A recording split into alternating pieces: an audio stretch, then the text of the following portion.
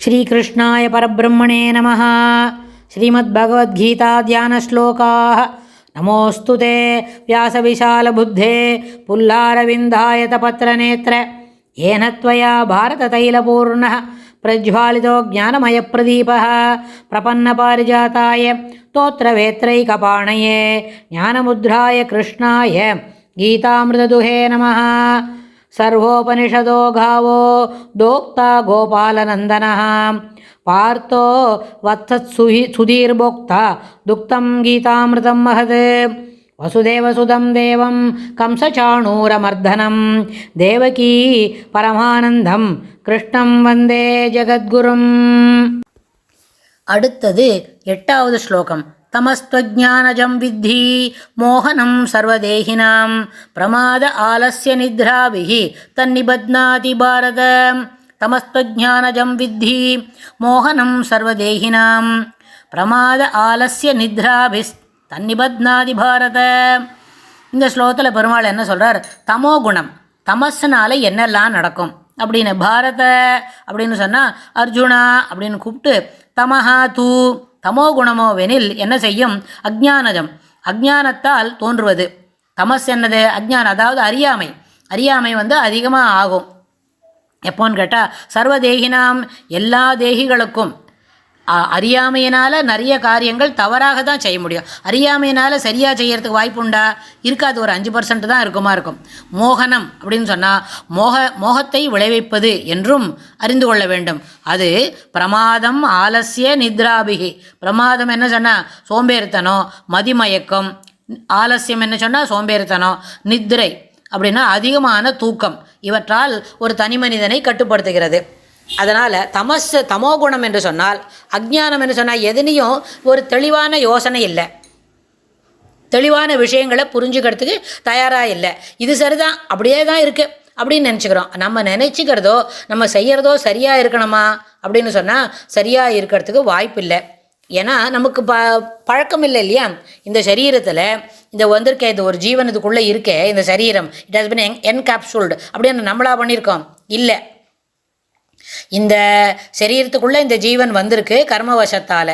ஆனால் இந்த சரீரத்துக்குள்ளே வரத்துக்கு முன்னாடி இது எத்தனையோ யுகாந்திரமாக என்னென்னமோ பண்ணின்னு இருக்கு. அதெல்லாம் என்ன பண்ணித்து? அஜ்ஞானத்தினால, அறியாமையினால் செய்யக்கூடிய விஷயங்கள் தான். அது அறியாமையினால் தவறு செய்கிறோம். அப்புறம் சம்சார விஷயத்தில் தவறான வேலைகளை செய்துக்கிறோம். இல்லாட்டி போனால் இன்னும் வேறு சில காரியங்கள் இருக்குது. படிக்கிற விஷயத்தில் நிறைய பாடங்கள் புரியாத போகிறது. எது சரின்னே தெரிஞ்சுக்கிறதுக்கு மனம் இஷ்டப்படலை. ரொம்ப எப்போவுமே சாப்பிட்ணும் தூங்கணும் இல்லாத போனால் இன்னும் வேறு எதான வேலை செய்யணும். அதுலேயும் யாரான முடிச்சுனா போகிறோம் இவ்வளோ செய்தால் போகிறோம், என்னால் இவ்வளோதான் முடியும் அப்படின்ற மாதிரி எல்லாவற்றிலும் ஒரு குறைபாடுடனேவே வேலைகளை செய்து முடிக்க வேண்டும் அப்படின்ற ஒரு எண்ணம் இருந்துகிட்டே இருக்கும்.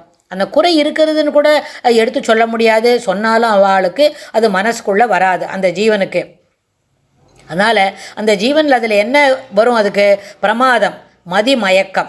ஏன்னா தெளிவான எண்ண ஓட்டங்கள் இருக்காது.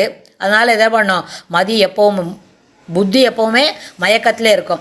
அப்போது 2 ஸ்லோகத்துக்கு முன்னாடி சொன்ன சுத்த சத்துவமயமாக இருக்கணும். அது சத்துவமயமான இருந்தால் தான் எது சரி எது தவறுன்னு கண்டுபிடிச்சிக்க முடியும். இப்போ தவறு தான் இருக்கும். தவறை சரி போல் நினச்சின்னு இருப்போம். அதனால் அதில் என்ன இருக்காது? அது செயல்பாட்டில் ஒரு தெளிவு இருக்காது. செயல்பாட்டில் தெளிவு இல்லைன்னா நம்ம செய்யக்கூடிய செயல்களுக்கு எங்கேயுமே ரெக்கக்னிஷன் கிடைக்காது.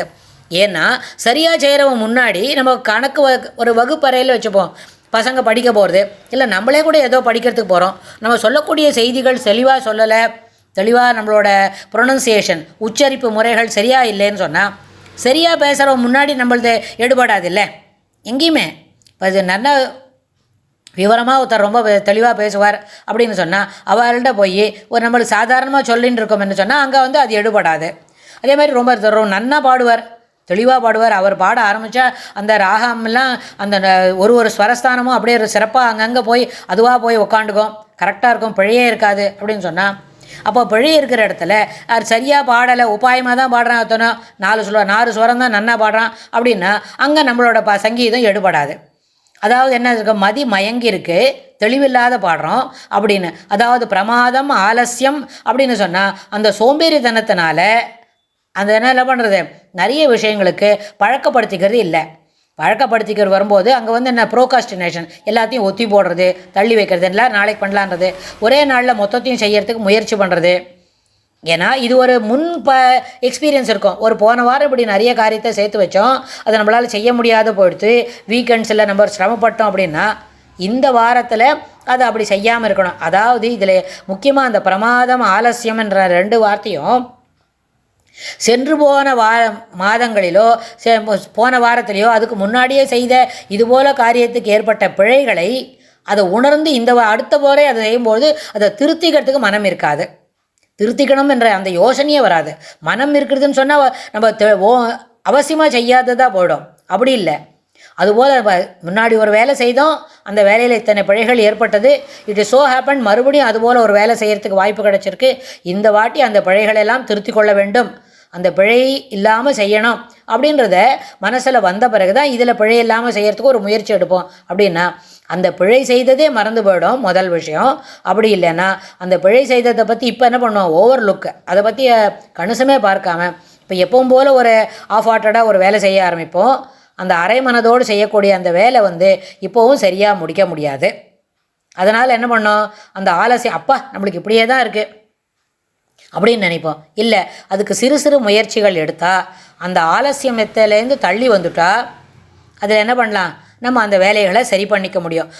அதுபோல் 2 ஸ்லோகத்துக்கு முன்னாடி சொன்ன மாதிரி ஆலசியம் அப்படின்ற அந்த வார்த்தைக்கு ஒரு பெரிய லைன் போட்டுக்கிறது, லீனியர் லைன், அதில் 1லேருந்து 11 வரைக்கும் போட்டுனுட்டா இன்றைக்கி நம்மளோட ஆலசியம் என்கிற கேட்டகரி எத்தனை நம்பரில் இருக்கிறோம்னு தெரிஞ்சுக்கிறது. ஓவர் த பீரியடு துளி துளியாக அந்த சோம்பேறித்தனத்துலேயும் தன்னை வெளியில் கொண்டு வந்துக்கணும் அப்படின்ற முயற்சி எடுத்து அதில் ஒன்று இருந்தால் ஒரு என்ன பண்ணணும், ஒரு 10 அல்லது 15 மாதத்தில் சில முக்கியமான வேலைகளில் நமக்கு இருக்கிற ஒரு ஆலசியம், அதாவது பெருமாளை சேவிக்கணும், பெருமாளுக்கு தினமும் கார்த்தால் எழுந்து இந்த வேலையெல்லாம் செய்யணும், ஆற்றுல இருந்தால் கோவிலுக்கு போகிறதானா இதெல்லாம் செய்யணும், சில ஸ்லோகங்கள்லாம் சொல்லணும், 2 வேளையும் சகசரநாமம் சொல்லணும், விஷ்ணு சகசரநாமம் அப்படின்னு சொன்னால் அதெல்லாம் தவறாமல் செய்யணும். எல்லாம் ஒரு நாளைக்கு சொன்னால் போகிறோம், ஆரம்பித்தா போகிறோம், யாரானு சொல்லி முடிப்பாளா, நம்மளே தானே சொல்லி முடிக்கணும். அப்போ தெரியலன்னா தினம் பார்த்தானே வாசிக்கணும். அது மாதிரி எல்லா விஷயத்துலேயும் இதுபோல் வேலைகளை நம்ம செய்ய துவங்கினாதான் அந்த ஆலசியம் என்கின்றத துளி துளியாக நம்ம என்ன பண்ண முடியும், வி கேன் கான்கர் இட், அதை நம்ம வெற்றி கொள்ள முடியும். ஆனால் இதெல்லாம் வெற்றி கொள்ள முடியும்ன்றது வந்து மறுபடியும் பகவத் அனுகிரகம் வேணும், ஆச்சாரியர் அனுகிரகம் வேணும். அது 2த்தையும் இருந்தால் தான் அதுலேருந்து நம்ம என்ன பண்ண முடியும், வெளியில் வந்துக்க முடியும். இந்த ஆலசியத்துக்கும் அதே வார்த்தை தான். மதிமயக்கம், சோம்பல், நித்திரை இவற்றால் தனி மனிதனை கட்டுப்படுத்துகிறது. அப்படி அதனால் என்ன ஆகும், இந்த தமோ குணத்துலேருந்து வெளியில் வரணும்னு சொன்னால் அஜ்ஞானம் என்ன பண்ணுறது, நம்மளை அழிச்சு போகிறது. அஜ்ஞானம் ரொம்ப அலை கழிக்கிறது அப்படின்னு சொன்னால் அலை கழிக்கிறது தான். ஆனால் அது அலை கழிக்கிற கேட்டகரியிலேருந்து துளி துளியாக நம்மளை என்ன பண்ணிடலாம், மேலுக்கு கொண்டு வந்துக்க முடியும். இது தன்னுடைய முயற்சியும் தேவையாக இருக்கும். அதே நேரத்தில் பகவத் அனுகிரகம் வேணும்.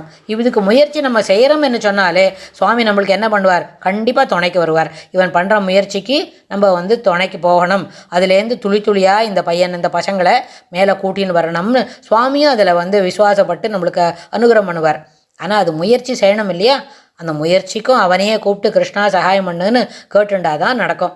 அதனால் இந்த பிரமாதம் ஆலசியம் என்கின்ற தமோ குணத்திலேருந்து வெளியில் வரணும்னு சுவாமியே பிரார்த்தனை பண்ணிக்கலாம். அடுத்த ஸ்லோகத்தில் சுவாமி இன்னும் என்ன சொல்கிறாருன்னு நம்ம பார்க்கலாம். ஸ்ரீ கிருஷ்ணாய துப்யம் நமः.